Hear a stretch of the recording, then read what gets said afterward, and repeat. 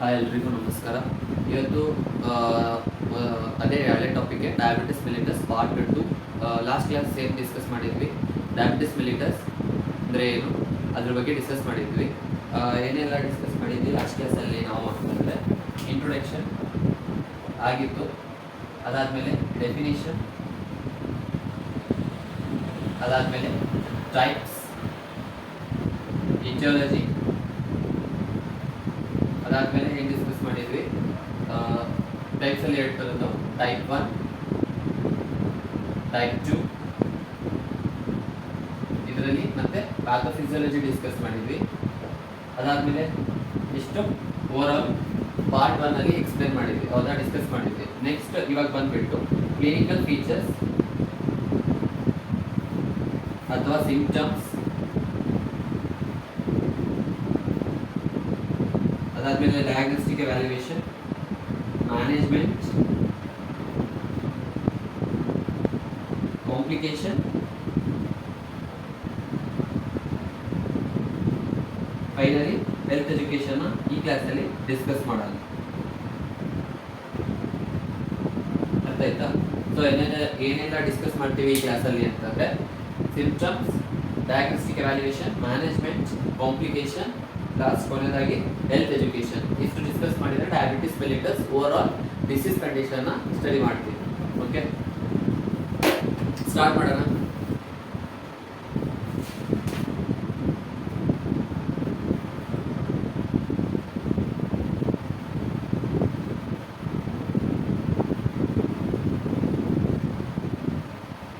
First ಬಂದ್ಬಿಟ್ಟು signs and symptoms.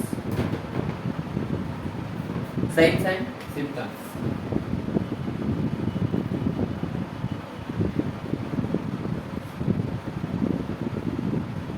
ಇದರಲ್ಲಿ ಯಾವ್ಯಾವೆಲ್ಲ ಬರುತ್ತೆ? ಫಸ್ಟ್ ನಾವೇನು ಈ diabetes mellitus signs and symptoms ಅಂತಂದ್ರೆ ಏನೆಲ್ಲ ಲಕ್ಷಣಗಳು ಕಂಡು ಬರುತ್ತೆ. If the patient is suffering from the diabetes mellitus, which are all the symptoms that we are observed in the diseases. So first ನಾವೇನಂತ ರಿಮೆಂಬರ್ ಮಾಡ್ಕೋಬೇಕು, 3P ಅಂತ ರಿಮೆಂಬರ್ ಮಾಡ್ಕೋಬೇಕು. ಇದಕ್ಕೆ ಡಯಾಬಿಟಿಸ್ ಮೆಲಿಟಸ್ಗೆ signs and symptoms. So 3P ಅಲ್ಲಿ ಏನೇನೆಲ್ಲ ಬರುತ್ತಪ್ಪ ಅಂತಂದ್ರೆ ಮೊದಲನೇದಾಗಿ ಪಾಲಿಯೂರಿಯಾ. ಫಸ್ಟ್ P ಬಂದ್ಬಿಟ್ಟು ಪಾಲಿಯೂರಿಯಾ. ಓಕೆ, ನೆಕ್ಸ್ಟ್ P ಬಂದ್ಬಿಟ್ಟು ಪಾಲಿಫೇಜಿಯಾ. ಆಯ್ತಾ? ಮೂರನೇದು ಬಂದ್ಬಿಟ್ಟು ಪಾಲಿಡಿಪ್ಸಿಯಾ. ಓಕೆ, ಇದು ಮೂರು P ಎದ್ರಲ್ಲಿ ಬರುತ್ತೆ? ಸೈನ್ಸ್ ಅಂಡ್ ಸಿಂಪ್ಟಮ್ಸ್ ಅಥವಾ ಕ್ಲಿನಿಕಲ್ ಮ್ಯಾನಿಫೆಸ್ಟೇಷನ್ ಅಲ್ಲಿ ಬರುತ್ತೆ. ಪಾಲಿಯೂರಿಯಾ ಅಂತಂದ್ರೆ ಇನ್ಕ್ರೀಸ್ ಇನ್ ಯೂರಿನ್ ಔಟ್ಪುಟ್. ಏನೋ ಪಾಲಿಯೂರಿಯಾ ಅಂತಂದ್ರೆ ಇನ್ಕ್ರೀಸ್ ಇನ್ ಯೂರಿನ್ ಔಟ್ಪುಟ್. ಅದೇ ತರ ಪಾಲಿಫೇಜಿಯಾ ಅಂತಂದ್ರೆ ಏನು? Increase in appetite. ಹಸಿವು ಜಾಸ್ತಿ ಆಗುತ್ತಲ್ಲ ಅವಾಗ ಅದಕ್ಕೆ ಏನಂತ ಕರೀತಾರೆ? ಪಾಲಿಫೇಜಿಯಾ ಅಂತೇಳಿ ಕರೀತಾರೆ. ಅದೇ ತರ ಪಾಲಿಡಿಪ್ಸಿಯಾ ಅಂತಂದ್ರೆ ಏನು? Increase in thirst. ಥರ್ಸ್ಟ್ ಅಂತಂದ್ರೆ ಬಾಯಾರಿಕೆ ಜಾಸ್ತಿ ಆಗೋದು, ಅದಕ್ಕೆ ಏನಂತ ಕರೀತಾರೆ? Polydipsia, increase in thirst. ಅರ್ಥ ಆಗ್ತಿದೆನಾ? So first main clinical manifestation ಅಥವಾ ಸಿಂಪ್ಟಮ್ಸ್ ಎದುರುದು ಡಯಾಬಿಟಿಸ್ ಮೆಲಿಟಸ್. ಇದು ಮೂರು ಬರೀಲೇಬೇಕಾಗಿರ್ತಕ್ಕಂತಹ ಇಂಪಾರ್ಟೆಂಟ್ ಕ್ಲಿನಿಕಲ್ ಮ್ಯಾನಿಫೆಸ್ಟೇಷನ್ ಯಾವುದು? ಮೊದಲನೇದಾಗಿ 3P polyuria, that is increasing urine output. ಓಕೆನಾ? ಅದಾದ್ಮೇಲೆ ಪಾಲಿಫೇಜಿಯಾ ಅಂತಂದ್ರೆ ಇನ್ಕ್ರೀಸ್ ಇನ್ ಅಪಟೈಟ್. ಹಸಿವು ಆದಾಗ, ಜಾಸ್ತಿ ಹಸಿವು ಆಗುತ್ತೆ ಯಾವ ಪೇಷಂಟಿಗೆ? Diabetes mellitus ಪೇಷಂಟಿಗೆ. ಪಾಲಿಡಿಪ್ಸಿಯಾ ಅಂತಂದ್ರೆ ಇನ್ಕ್ರೀಸ್ ಇನ್ ಥರ್ಸ್ಟ್. ನೆಕ್ಸ್ಟ್ ಅದು ಬಿಟ್ಟು ಯಾವುದೆಲ್ಲ ಬರುತ್ತೆ? Weight loss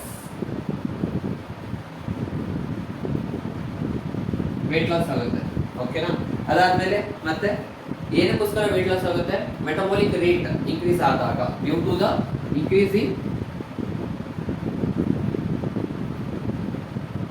basal metabolic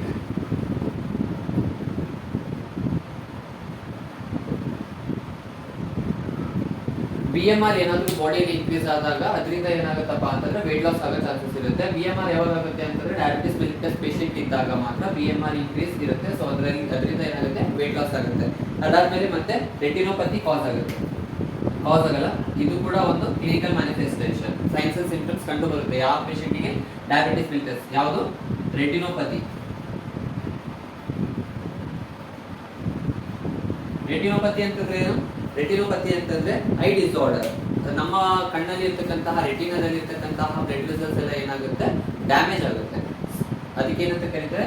retinopathy. Damage of blood vessels which is present in I. Okay. ಅದಾದ್ಮೇಲೆ ನಾಸಿಯಾ, ಫ್ಯಾಟಿಗ್. ಇದು ಆಪ್ಷನಲ್. ಫ್ಯಾಟಿಗ್ ಸುಸ್ತು. Almost all the patient who are suffering from the diabetes mellitus ಅವರಿಗೆ ಸುಸ್ತು ಇದ್ದೇ ಇರುತ್ತೆ. ಸೊ ಅದಕ್ಕೆ ಏನಂತ ಬರೀಬೇಕು? ಫ್ಯಾಟಿಗ್. ಫ್ಯಾಟಿಗಿಗೆ ಏನಂತ ಕರೀತಾರೆ? ಸುಸ್ತು. ಅರ್ಥ ಆಯ್ತಾ? ಏಳನೇದು ನಾಸಿಯಾ, ವಾಮಿಟಿಂಗ್. ಇದು ಆಪ್ಷನಲ್. ಎಲ್ಲ ಡಿಸೀಸ್ ಕಂಡೀಷನ್ ಅಲ್ಲೂ ನೋಡಿರ್ತೀರಾ, ಬಟ್ ಇದು ಆಪ್ಷನಲ್. ಸೊ ಫಸ್ಟ್ ಮೇನ್ ಆಗಿ ಬರೀಬೇಕಾಗಿರ್ತಕ್ಕಂಥದ್ದು 3P: ಪಾಲಿಯೂರಿಯಾ, ಪಾಲಿಫೇಜಿಯಾ, ಪಾಲಿಡಿಪ್ಸಿಯಾ. ಅದಾದ್ಮೇಲೆ ರೆಟಿನೋಪತಿ, ವೇಟ್ ಲಾಸ್. ಅರ್ಥ ಆಯ್ತಲ್ಲ? ಸೈನ್ಸ್ ಅಂಡ್ ಸಿಂಪ್ಟಮ್ಸ್ ಮತ್ತೆ ಕ್ಲಿನಿಕಲ್ ಮ್ಯಾನಿಫೆಸ್ಟೇಷನ್ ಇದ್ರದ್ದು ಡಯಾಬಿಟಿಸ್ ಮೆಲಿಟಸ್ ಇದು ಕಂಪ್ಲೀಟ್ ಆಯಿತು. ನೆಕ್ಸ್ಟ್ ಬಂದ್ಬಿಟ್ಟು diagnostic evaluation.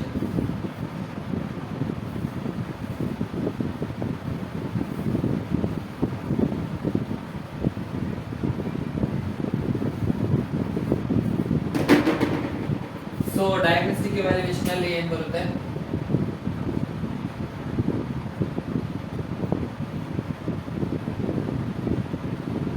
How can we identify whether the patient is suffering from the diabetes mellitus? ಎದ್ರ ಮುಖಾಂತರ ನಮಗೆ ಗೊತ್ತಾಗುತ್ತೆ ಡಯಾಬಿಟಿಸ್ ಮೆಲಿಟಸ್ ಅಂತಂದ್ರೆ ಡಯಾಗ್ನೋಸಿಸ್ ಮಾಡಿದಾಗ.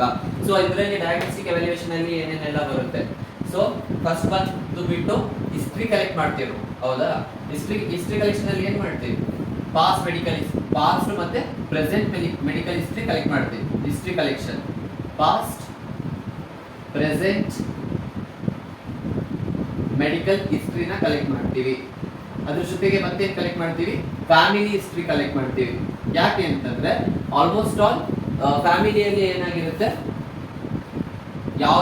ಎಲ್ಲಾ ಫ್ಯಾಮಿಲಿಯಲ್ಲೂ ಒಂದು ಪೇಷಂಟ್ ಇದ್ದೇ ಇರುತ್ತೆ, ಡಯಾಬಿಟಿಕ್ ಪೇಷಂಟ್. ಸೊ ಅದರಿಂದ ಹೆರಿಡಿಟಿ ಮುಖಾಂತರ ಏನಾಗುತ್ತೆ? ಡಯಾಬಿಟಿಸ್ ಕಾಸ್ ಆಗುತ್ತೆ. ಸೊ ಅದಕ್ಕೋಸ್ಕರ ಹಿಸ್ಟ್ರಿ ಕಲೆಕ್ಷನ್ ಮಾಡ್ತೀವಿ. ಅದಾದ್ಮೇಲೆ ನೆಕ್ಸ್ಟ್ ಬಂದ್ಬಿಟ್ಟು ಕಾಮನ್ ಆಗಿರ್ತಕ್ಕಂಥ ಡಯಾಗ್ನೋಸ್ಟಿಕ್ ಎವ್ಯಾಲ್ಯೂಯೇಷನ್ ಯಾವುದು? Physical examination. ಯಾವುದು? Physical examination. ಇದರಲ್ಲಿ head to foot physical examination ಮಾಡ್ತೀವಿ. ಐಯಿಂದ ಹಿಡ್ಬಿಟ್ಟು ಹೆಡ್ಡಿಂದ ಹಿಡ್ಬಿಟ್ಟು ಫೂಟ್ ತನಕನು ಏನಾದ್ರು ಸ್ವೆಲ್ಲಿಂಗ್ ಇದೆನಾ ಇಲ್ಲ ಅಂತೇಳಿ ಇದು ಮಾಡ್ತೀವಿ. ಮತ್ತೆ ಇವಾಗ ಫಿಸಿಕಲ್ ಇದರಲ್ಲಿ ಡಯಾಬಿಟಿಸ್ ಪೇಷಂಟಿಗೆ ಏನಾಗುತ್ತಪ್ಪ ಅಂತಂದ್ರೆ ಯಾವ್ದಾದ್ರು ಒಂದು ಇಂಜುರಿ ಆಗಿದೆ ಅಂತಂದ್ರೆ ಸೊ ಬೇಗ ಕ್ಯೂರ್ ಆಗಲ್ಲ. ಏನಕ್ಕೋಸ್ಕರ ಕ್ಯೂರ್ ಆಗಲ್ಲ? ಯಾಕಂತಂದ್ರೆ ಬ್ಲಡ್ ಅಲ್ಲಿ ಏನ್ ಪ್ರೆಸೆಂಟ್ ಇರುತ್ತೆ? ಶುಗರ್ ಲೆವೆಲ್ ಪ್ರೆಸೆಂಟ್ ಇರುತ್ತೆ. ಸೊ ಅದೇನ್ ಮಾಡುತ್ತೆ ಅಂತಂದ್ರೆ ಇವಾಗ ಯಾವ್ದಾದ್ರು ಬೇರೆ ಪಾರ್ಟ್ ಅಲ್ಲಿ ಇಂಜುರಿ ಆಗಿದೆ ಅಂತಂದ್ರೆ ಸೊ ಮೇನ್ ಆಗಿರ್ತಕ್ಕಂತಹ ನಮ್ಮ ಬಾಡಿಯಲ್ಲಿ ಇರ್ತಕ್ಕಂತಹ WBC ಸೆಲ್ಸ್ ಏನ್ ಮಾಡುತ್ತೆ? ಹೋಗ್ಬಿಟ್ಟು ಅದಕ್ಕೆ ಪ್ರೊಟೆಕ್ಟ್ ಮಾಡುತ್ತೆ, ಫೈಟ್ ಅಗೇನ್ಸ್ಟ್ ದ ಇನ್ಫೆಕ್ಷನ್. ಹೌದಾ? ಸೊ ಶುಗರ್ ಮಾಲಿಕ್ಯೂಲ್ಸ್ ಬ್ಲಡ್ ಅಲ್ಲಿ ಇರೋ ಕಾರಣದಿಂದ ಬ್ಲಡ್ ಏನಾಗುತ್ತೆ? ಥಿಕ್ ಆಗುತ್ತೆ. ಅದೇನ್ ಮಾಡುತ್ತೆ? WBC ಹೋಗಿ ರೀಚ್ ಆಗೋದಕ್ಕೆ ತಲುಪಕ್ಕೆ ಬಿಡೋದಿಲ್ಲ, ಸ್ವಲ್ಪ ರೆಸಿಸ್ಟ್ ಮಾಡುತ್ತೆ. ಅರ್ಥ ಆಯ್ತಾ? ಸೊ ಅದಕ್ಕೋಸ್ಕರ ಇದು ಪ್ರೋಸೆಸ್ಗೆ ನೀವು ವೂಂಡ್ ಹೀಲಿಂಗ್ ಪ್ರೋಸೆಸ್ ಡಯಾಬಿಟಿಸ್ ಪೇಷಂಟಿಗೆ ಬಹಳ ಸ್ಲೋ ಆಗುತ್ತೆ. ಅದು ಅರ್ಥ ಮಾಡ್ಕೊಳ್ಬೇಕು. Physical examination. ಅದಾದ್ಮೇಲೆ ಬ್ಲಡ್ ಟೆಸ್ಟ್. ಮತ್ತೇನ್ ಮಾಡ್ತಾರೆ? Blood test. ಯಾವ ತರ ಬ್ಲಡ್ ಟೆಸ್ಟ್ ಮಾಡ್ತಾರೆ ಫಾರ್ ದ ಡಯಾಬಿಟಿಕ್ ಮೆಲಿಟಸ್ ಪೇಷಂಟಿಗೆ? GRPS ಕೇಳಿದ್ದೀರಾ? GRPS. What do you mean by GRPS? GRPS test ಅಂತ ಮಾಡ್ತಾರೆ. ಜಸ್ಟ್ ಪ್ರಿಕ್ ಮಾಡಿಬಿಟ್ಟು ಟೆಸ್ಟ್ ಮಾಡ್ತಾರೆ. ಬ್ಲಡ್ ಅಲ್ಲಿ ಗ್ಲೂಕೋಸ್ ಲೆವೆಲ್ ಎಷ್ಟಿದೆ, ಎಷ್ಟು ಅಮೌಂಟ್ ಪ್ರಮಾಣದಲ್ಲಿ ಇದೆ ಅಂತೇಳಿ. ಸೊ GRPS ಫುಲ್ ಫಾರ್ಮ್ ಏನಪ್ಪಾ ಅಂತಂದ್ರೆ ಜನರಲ್ ರ್ಯಾಂಡಮ್ ಬ್ಲಡ್ ಶುಗರ್. ಏನು? General random blood sugar. ಅದಾದ್ಮೇಲೆ ಬ್ಲಡ್ ಟೆಸ್ಟ್ ಗೊತ್ತಾಯ್ತು. ಅದಾದ್ಮೇಲೆ ಏನ್ ಮಾಡ್ತಾರೆ? ಇನ್ಸುಲಿನ್ ಟೆಸ್ಟ್ ಮಾಡ್ತಾರೆ. ನಮ್ಮ ಬಾಡಿಯಲ್ಲಿ ಇನ್ಸುಲಿನ್ ಪ್ರಾಪರ್ ಆಗಿ ಪ್ರೊಡ್ಯೂಸ್ ಆಗ್ತಿದೆನೋ ಇಲ್ಲೋ, ಪ್ರಾಪರ್ ಆಗಿ ಪ್ರೊಡ್ಯೂಸ್ ಆಗ್ತಿದ್ರು ಎಷ್ಟು ಮಾತ್ರದಲ್ಲಿ ಪ್ರೊಡ್ಯೂಸ್ ಆಗ್ತಿದೆ, ಜಾಸ್ತಿ ಇದೆನೋ ಅಥವಾ ಕಡಿಮೆ ಇದೆನೋ. ಕಡಿಮೆ ಇನ್ಸುಲಿನ್ ಪ್ರೊಡ್ಯೂಸ್ ಆಗುತ್ತೆ ಅಂತಂದ್ರೆ ಅಲ್ಲಿ ಬ್ಲಡ್ ಅಲ್ಲಿ ಇರ್ತಕ್ಕಂಥ ಶುಗರ್ ಲೆವೆಲ್ ಏನಾಗಿರುತ್ತೆ? ಇನ್ಕ್ರೀಸ್ ಆಗುತ್ತೆ. ಅಲ್ಲಿ ಅಲ್ಟಿಮೇಟ್ಲಿ ಏನಾಗುತ್ತೆ? ಡಯಾಬಿಟಿಸ್ ಕಾಸ್ ಆಗುತ್ತೆ. ಅದು ಕೂಡ ಒಂದು ಡಯಾಗ್ನೋಸ್ಟಿಕ್ ಎವ್ಯಾಲ್ಯೂಯೇಷನ್. ಯಾವುದು? Insulin test. ಏನ್ ಮಾಡ್ತಾರೆ? Insulin test. It is also one of the main diagnostic evaluation, insulin test. ಮತ್ತೇನ್ ಮಾಡ್ತಾರೆ? Urine analysis. ಶುಗರ್ ಇದು ಮೂತ್ರದ್ದು ಟೆಸ್ಟ್ ಮಾಡ್ತಾರೆ. ಅದರಲ್ಲಿ ಏನ್ ಕಂಡು ಬರುತ್ತೆ? ಯೂರಿನ್ ಅನಾಲಿಸಿಸ್ ಮಾಡಿದಾಗ ಯೂರಿನ್ ಅಲ್ಲಿ ಏನಾದರೂ ಶುಗರ್ ಕಂಟೆಂಟ್ ಇದೆನಾ ಅಥವಾ ಶುಗರ್ ಮಾಲಿಕ್ಯೂಲ್ಸ್ ಪ್ರೆಸೆಂಟ್ ಇದೆನಾ ಅಥವಾ ಕೀಟೋನ್ ಬಾಡೀಸ್ ಪ್ರೆಸೆಂಟ್ ಇದೆನಾ ಅಂತೇಳಿ ಅಬ್ಸರ್ವ್ ಮಾಡ್ತಾರೆ. ಅದರಿಂದ ನಮಗೆ ಏನು ಕನ್ಫರ್ಮ್ ಆಗುತ್ತೆ, yes the patient is suffering from the diabetes mellitus. ಮತ್ತು ಅದು ಆದಮೇಲೆ ಮಾನಿಟರಿಂಗ್ ವೇಟ್. ಈ ವೇಟ್ ಜಾಸ್ತಿ ಆಗುತ್ತೆ ತಾನೆ, ವೇಟ್ ಲಾಸ್ ಆಗುತ್ತಾ ಜಾಸ್ತಿ ಆಗುತ್ತಾ? ಮಾನಿಟರಿಂಗ್ ವೇಟ್ ಲಾಸ್ ಆಗುತ್ತೆ, ಹೌದಾ? ಇದರಿಂದ ಏನ್ ಮಾಡ್ತಾರೆ, diabetes mellitus whether the patient is suffering ಆಗ್ತಿದಾರೋ ಇಲ್ಲ ಅಂತೇಳಿ ಐಡೆಂಟಿಫೈ ಮಾಡ್ತಕ್ಕಂಥ ಟೆಸ್ಟ್ ಇವುಗಳು ಮೇನ್ ಆಗಿ ಬರೀಬೇಕಾಗಿದೆ. ಎನಿ 5 ಬರೆದ್ರೆ ಸಾಕು. ಓಕೆ, ನೆಕ್ಸ್ಟ್ ಬಂದ್ಬಿಟ್ಟು ಮ್ಯಾನೇಜ್ಮೆಂಟ್.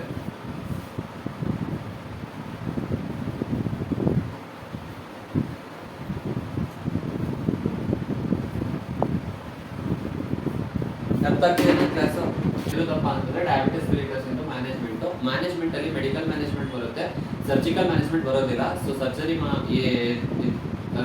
ಎದಕ್ಕೂ ಸರ್ಜರಿ ಮಾಡೋದಿಲ್ಲ. ಸೊ ಮೆಡಿಕಲ್ ಮ್ಯಾನೇಜ್ಮೆಂಟ್ ಬಂದ್ಬಿಟ್ಟು ಫಸ್ಟ್ ಇನ್ಸುಲಿನ್ ಥೆರಪಿ ಬರುತ್ತೆ. ಫಸ್ಟ್ ಬಂದು ಇನ್ಸುಲಿನ್ ಥೆರಪಿನ ಕೊಡ್ತಾರೆ. ಸೊ ಇನ್ಸುಲಿನ್ ಥೆರಪಿ ಅಂತಂದ್ರೆ ಇವೆಲ್ಲ ಇನ್ಸುಲಿನ್ ಥೆರಪಿಯಲ್ಲೇ ಬರೋದು. ನೆಕ್ಸ್ಟ್ ಬಂದ್ಬಿಟ್ಟು ಇನ್ನೊಂದು ಓರಲಿ ಟ್ಯಾಬ್ಲೆಟ್ಸ್ ಕೊಡ್ತಾರೆ. ಅದು ಟ್ಯಾಬ್ಲೆಟ್ಸ್ ಹೆಸರು ಯಾವ್ದಪ್ಪ ಅಂತಂದ್ರೆ ಒಂದು ಫೆನ್ಫಾರ್ಮಿನ್, ಇನ್ನೊಂದು ಮೆಟ್ಫಾರ್ಮಿನ್. ಎರಡು ಇನ್ನೂ ಬೇರೆ ಟ್ಯಾಬ್ಲೆಟ್ಸ್ ಕೊಡ್ತಾರೆ. First most probably these are the orally tablet given to the diabetes mellitus patient. So insulin therapy ಬಂದ್ಬಿಟ್ಟು 4 ಥರದ್ದು ಡಿವೈಡ್ ಆಗಿದೆ. Rapid acting insulin, short acting insulin, intermediate acting insulin, long acting insulin. ಇದರಲ್ಲಿ rapid acting insulin ಅಲ್ಲಿ example ಯಾವುದು insulin ಅಂತಂದ್ರೆ lispro ಮತ್ತೆ ಆಸ್ಪಾರ್ಟ್. ಇದೆರಡು ನಿಮಗೆ ಕಂಫರ್ಟೇಬಲ್ ಆಗಿ ಅಂತೇಳಿ ಹೆಸರು ಕೊಟ್ಟಿರೋದು. ಬೇರೆದು ಇನ್ಸುಲಿನ್ ಪ್ರೆಸೆಂಟ್ ಇದೆ ಇದರಲ್ಲಿ rapid acting insulin, but just ಇದೆರಡು ಸಾಕು. ಆನ್ಸೆಟ್ ಅಂತಂದ್ರೆ ನಮ್ಮ ಬಾಡಿಯಲ್ಲಿ ಆಕ್ಷನ್ ನಮ್ಮ ಅಂತಂದ್ರೆ ಪೇಷಂಟ್ ಬಾಡಿಯಲ್ಲಿ ಆಕ್ಷನ್ ಆಗ್ತಕ್ಕಂತಹ ಟೈಮ್ ಎಷ್ಟಪ್ಪ ಅಂತಂದ್ರೆ 15 ನಿಮಿಷದಲ್ಲಿ ಅದ್ರದ್ದು ಆಕ್ಷನ್ ತೋರಿಸುತ್ತೆ. ಡ್ಯೂರೇಷನ್ ಎಲ್ಲಿ ತನಕ ಇರುತ್ತೆ, ಅದ್ರದ್ದು ಎಫೆಕ್ಟ್ ಎಲ್ಲಿ ತನಕ ಇರುತ್ತಪ್ಪ ಅಂತಂದ್ರೆ 3 to 4 hours. ಅದಕ್ಕೆ ಏನಂತ ಕರೀತಾರೆ, ರ್ಯಾಪಿಡ್ ಆಕ್ಟಿಂಗ್ ಇನ್ಸುಲಿನ್. ಎಕ್ಸಾಂಪಲ್ಸ್ ಕೊಟ್ಟಿದ್ದೀನಿ, ಎಕ್ಸಾಂಪಲ್ ಸಮೇತ. ನೆಕ್ಸ್ಟ್ ಬಂದ್ಬಿಟ್ಟು short acting insulin. Example Humulin R ಮತ್ತೆ Novolin R. Onset of to 1 hour. Duration ಬಂದ್ಬಿಟ್ಟು 3 to 6 hours. So next intermediate acting insulin. Intermediate ಗೆ example Humulin N, Novolin N, sorry B ಅಲ್ಲ ಅದು N.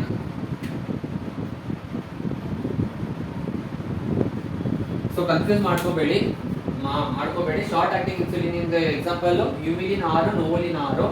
Intermediate ಇಂದು Humulin N, Novolin N. Onset ಅಂತಂದ್ರೆ ಯಾವಾಗ ಅದ್ರದ್ದು action ತೋರಿಸುತ್ತೆ ವಿತಿನ್ 2 to 4 hours ಅಂತ ತೋರಿಸುತ್ತೆ.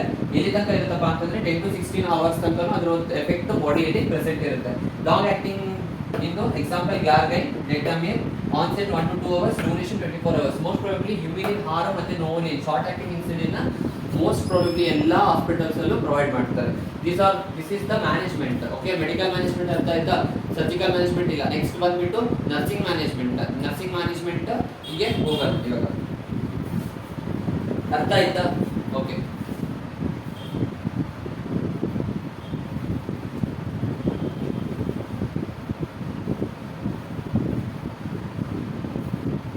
ಇದು ಇನ್ನೊಂದ್ಸರಿ ಹೇಳ್ತೀನಿ. Phenformin, metformin. Okay, tablets, oral tablets given to the diabetic patients.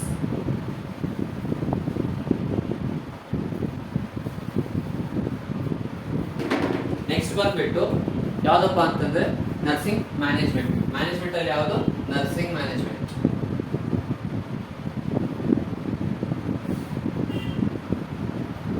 Nursing management ಗೆ ಸಪೋರ್ಟಿವ್ ಮ್ಯಾನೇಜ್ಮೆಂಟ್ ಅಂತಾನು ಕರೀತಾರೆ.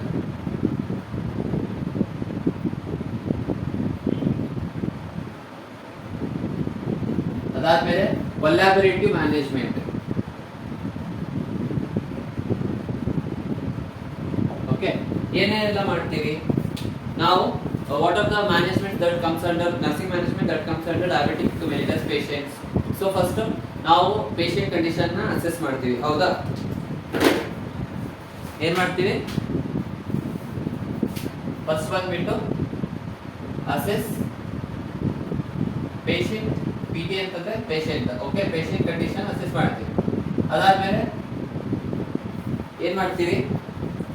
ಹೇಗೆ ಪೇಷಂಟ್ ಕಂಡೀಷನ್ ಅಸೆಸ್ ಮಾಡ್ತೀವಿ? ಬೈ GRPS ಲೆವೆಲ್ ನ ಟೆಸ್ಟ್ ಮಾಡಿಬಿಟ್ಟು GRPs ಮಾಡಿಬಿಟ್ಟು ನಾವು ಅಸೆಸ್ ಮಾಡ್ತೀವಿ ಅದಾದ ಪೇಷಂಟ್ ಜಾಸ್ತಿ ಇದೆನೋ ಕಡಿಮೆ ಇದೆನೋ ಅಂತೇಳಿ. ಅದಾದ್ಮೇಲೆ fluid maintain fluid and electrolyte balance.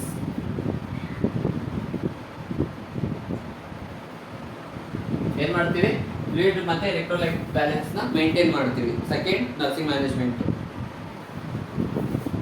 Improvement of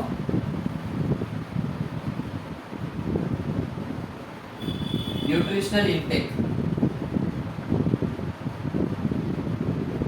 ಇದೇ ಬರೀಬೇಕಂತ ಏನಿಲ್ಲ, ಜಸ್ಟ್ ನಿಮಗೆ ಗೊತ್ತಿದ್ರೆ, ನಿಮಗೆ ಯಾವ್ದಾದ್ರು ನರ್ಸಿಂಗ್ ಮ್ಯಾನೇಜ್ಮೆಂಟ್ ಗೊತ್ತಿದ್ರು ಹೇಗೆ ಪೇಷಂಟ್ ನ ಟ್ರೀಟ್ ಮಾಡ್ಬೋದು ನಿಮ್ಮ ನರ್ಸ್ ಆಗಿ, ಸೊ ಅದನ್ನ ಬರಿಬಹುದು ನರ್ಸಿಂಗ್ ಮ್ಯಾನೇಜ್ಮೆಂಟ್. ಇದು 3 ಆಯ್ತು. ನೆಕ್ಸ್ಟ್ ಅದಾದ್ಮೇಲೆ weight loss, educate patient about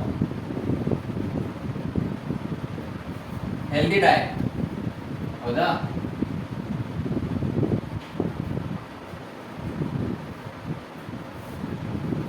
ಅದಾದ್ಮೇಲೆ ಏನ್ ಮಾಡ್ಬೋದು? Educate patient about weight loss planning.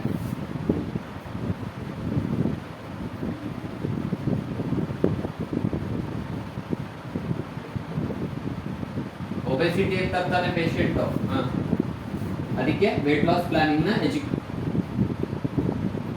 ಹೇಗ್ ಮಾಡ್ಬೇಕು ಅಂತೇಳಿ ಅವರಿಗೆ ಪ್ಲಾನಿಂಗ್ ಕೊಡ್ಬೇಕು. ಅದಾದ್ಮೇಲೆ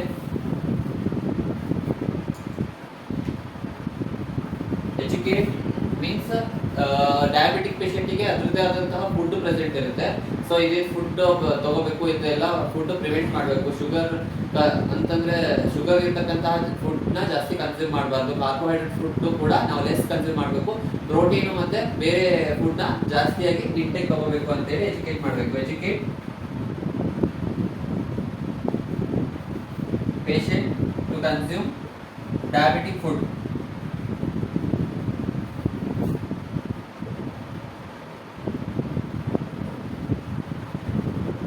ಆಯ್ತಾ? ಅದಾದ್ಮೇಲೆ educate the patient to have a exercise, regular exercise.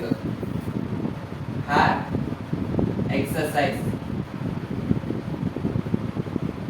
Exercise ಮಾಡಬೇಕು ಅಂತೇಳಿ ಎಜುಕೇಟ್ ಮಾಡಬೇಕು. ಎಡ್ತಲ್ಲಿ ಬರುತ್ತೆ, ಒಂದು ಆಕ್ಟಿವ್ ಎಕ್ಸರ್ಸೈಸ್, ಇನ್ನೊಂದು ಪ್ಯಾಸಿವ್ ಎಕ್ಸರ್ಸೈಸ್ ಅಂತೇಳಿ. ಆಕ್ಟಿವ್ ಎಕ್ಸರ್ಸೈಸ್ ಅಂತಂದ್ರೆ the patient itself doing the exercise. The patient, ಇವಾಗ ಪೇಷಂಟ್ ಹೆಲ್ದಿ ಆಗಿದ್ದಾರೆ, but the patient is suffering from diabetes mellitus.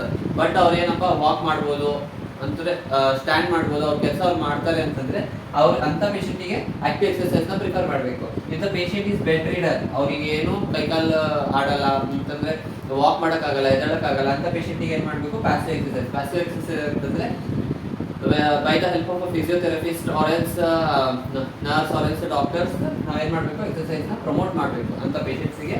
So ಅದಕ್ಕೆ ಪ್ಯಾಸಿವ್ ಎಕ್ಸರ್ಸೈಸ್. ಅದಾದ್ಮೇಲೆ educate the patient to have a regular follow care, regular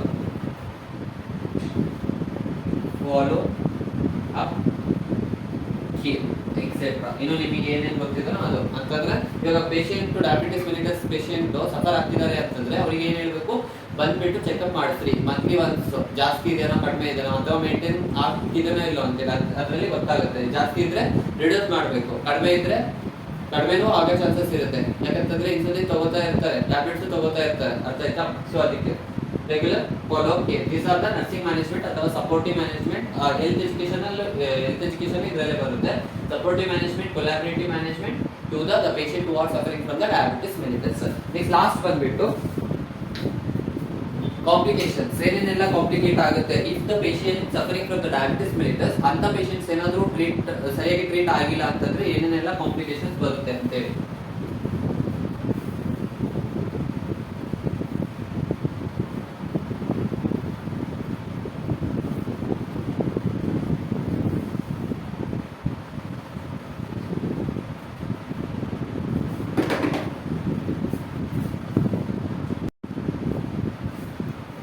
so last ಬಂದ್ಬಿಟ್ಟು complications ಇರೋದು diabetes mellitus. If the patient not treated properly diabetes mellitus regular follow up ಇಂದ ಅಥವಾ ಅವ್ರು proper ಆಗಿ care ಮಾಡ್ತಿಲ್ಲ ಅಂತಂದ್ರೆ ಏನೇನೆಲ್ಲ ಕಾಂಪ್ಲಿಕೇಟ್ ಆಗುತ್ತೆ. ಫಸ್ಟ್ ಬಂದ್ಬಿಟ್ಟು diabetic keto acidosis.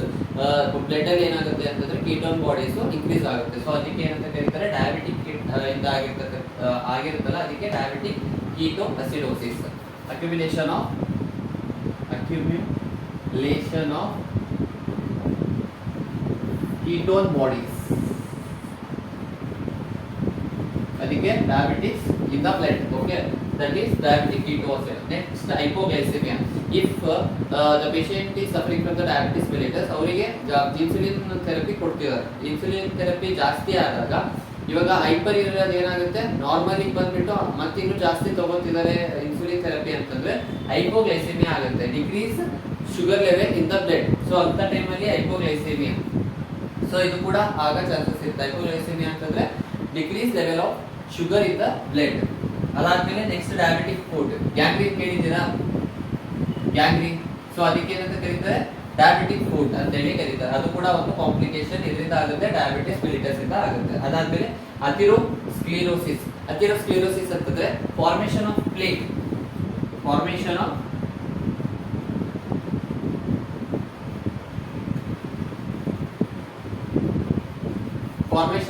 Plaque. Plaque ಏನಪ್ಪಾ ಅಂತಂದ್ರೆ ಆರ್ಟ್ರಿಯಲ್ ವಾಲ್ಸ್ ಅಲ್ಲಿ ಏನಾಗುತ್ತೆ ಅಂತಂದ್ರೆ ಥಿಕ್ ಸಬ್ಸ್ಟೆನ್ಸ್ ಫಾರ್ಮೇಶನ್ ಆಗುತ್ತೆ. ಅದಕ್ಕೆ ಏನಂತ ಕರೀತಾರೆ, ಅಥೆರೋಸ್ಕ್ಲೆರೋಸಿಸ್ ಅಂತ ಹೇಳಿ ಕರೀತಾರೆ. ಅದೇನಾದ್ರೂ ಫಾರ್ಮೇಶನ್ ಆಯ್ತಪ್ಪ ಅಂತಂದ್ರೆ MI ಆಗೋ ಚಾನ್ಸಸ್ ಇರುತ್ತೆ. MI ಅಂತಂದ್ರೆ myocardial infarction, means heart attack. Okay, next infection, ಇದು ಕೂಡ ಒಂದು ಕಾಂಪ್ಲಿಕೇಶನ್. ಡಯಾಬಿಟಿಸ್ ಪೇಷಂಟ್ ಏನಾದ್ರು ಪ್ರಾಪರ್ ಟ್ರೀಟ್ ಮಾಡಿಲ್ಲ ಅಂತಂದ್ರೆ ಇನ್ಫೆಕ್ಷನ್ ಆಗೋ ಚಾನ್ಸಸ್ ಇರುತ್ತೆ. Finally ಇಂಟಿಗ್ಯುಮೆಂಟರಿ complications. ಸ್ಕಿನ್ ಏನಾದ್ರೂ ಒಂದು ಡ್ಯಾಮೇಜ್ ಆಗುತ್ತೆ, ಸ್ಕಿನ್ ಕಾಸಸ್ ಅಥವಾ ಏನಾದ್ರೂ ಸ್ಕಿನ್ ಡಿಸೀಸಸ್ ಬರೋ ಚಾನ್ಸಸ್ ಇರುತ್ತೆ, ಅಥವಾ ಕ್ಯಾನ್ಸರ್ ಆಗೋ ಚಾನ್ಸಸ್ ಇರುತ್ತೆ, ಸ್ಕಿನ್ ಕ್ಯಾನ್ಸರ್. ಇವೆಲ್ಲ ಕಾಂಪ್ಲಿಕೇಶನ್ಸ್ ಇದರಲ್ಲಿ ಬರುತ್ತೆ ಡಯಾಬಿಟಿಸ್ ಮೆಲಿಟಸ್. ಇಲ್ಲಿಗೆ ಡಯಾಬಿಟಿಸ್ ಮೆಲಿಟಸ್ ಅನ್ನೋದು ಒಂದು ಟಾಪಿಕ್ ಕಂಪ್ಲೀಟ್ ಆಯಿತು. ಏನೇನೆಲ್ಲ ಸ್ಟಡಿ ಮಾಡಿದ್ವಿ ಇವತ್ತು in part 2. What we studied in part 2 means that is first one clinical manifestation ನೋಡಿದ್ವಿ. ಅದಾದ್ಮೇಲೆ ಮ್ಯಾನೇಜ್ಮೆಂಟ್ ನೋಡಿದ್ವಿ, ಡಯಾಗ್ನೋಸ್ಟಿಕ್ ಎವ್ಯಾಲ್ಯೂಯೇಷನ್ ನೋಡಿದ್ವಿ. ಮ್ಯಾನೇಜ್ಮೆಂಟ್ ಅಲ್ಲಿ ಹೇಳ್ತಿರೋದು ಮೆಡಿಕಲ್ ಮ್ಯಾನೇಜ್ಮೆಂಟು, ಇನ್ನೊಂದು ನರ್ಸಿಂಗ್ ಮ್ಯಾನೇಜ್ಮೆಂಟು, ಹೆಲ್ತ್ ಎಜುಕೇಶನ್ ಅದರಲ್ಲೇ ಬಂತು ನರ್ಸಿಂಗ್ ಮ್ಯಾನೇಜ್ಮೆಂಟ್ ಅಲ್ಲಿ. ಲಾಸ್ಟ್ ಬಂದ್ಬಿಟ್ಟು ಕಾಂಪ್ಲಿಕೇಶನ್. ಇಷ್ಟೆಲ್ಲ ಕಂಪ್ಲೀಟ್ ಆಯಿತು. ಟೋಟಲಿ ಪಾರ್ಟ್ 1 ಅಲ್ಲಿ ನಾನು ಆಲ್ರೆಡಿ ಪಾರ್ಟ್ 1 ಅಲ್ಲಿ ಡಿಸ್ಕಸ್ ಮಾಡಿದ್ದೀನಿ. ಏನಾದರೂ ಪಾರ್ಟ್ 1 ನೋಡಿಲ್ಲ ಅಂತಂದ್ರೆ ಈ ವಿಡಿಯೋ ಲಿಂಕ್, ಪ್ರೀವಿಯಸ್ ವಿಡಿಯೋದು ಲಿಂಕು ಡಿಸ್ಕ್ರಿಪ್ಷನ್ ಅಲ್ಲಿ ಕೊಟ್ಟಿರ್ತೀನಿ, ಹೋಗಿ ಚೆಕ್ಔಟ್ ಮಾಡಿ. ಅದ ಏನಾದರೂ ಡೌಟ್ಸ್ ಇದ್ರೆ ಕಮೆಂಟ್ಸ್ ಮಾಡಿ. ಅದೇ ಥರ ಸಬ್ಸ್ಕ್ರೈಬ್ ಯಾರಾದರೂ ಹೊಸದಾಗಿ ನನ್ನ ವಿಡಿಯೋ ನೋಡ್ತಿದ್ರೆ ಅಂತಂದ್ರೆ ಸಬ್ಸ್ಕ್ರೈಬ್ ಮಾಡಿ, ಬೆಲ್ ಐಕನ್ ಒತ್ತಿರಿ. ಯಾವುದಾದ್ರೂ ವಿಡಿಯೋ ಅಪ್ಲೋಡ್ ಆಗಿದ್ರೆ ನಿಮಗೆ ಅಪ್ಡೇಟ್ ಆಗುತ್ತೆ. ಸೊ ಆದಷ್ಟು ವಿಡಿಯೋನ ಶೇರ್ ಮಾಡಿ, ಬೇರೆಯವರಿಗೂ ಹೆಲ್ಪ್ ಆಗಲಿ ಅಂತ ಹೇಳ್ತಾ ನನ್ನ ಈ ಒಂದು ವಿಡಿಯೋನ ಎಂಡ್ ಮಾಡ್ತಿದ್ದೀನಿ. ಧನ್ಯವಾದಗಳು.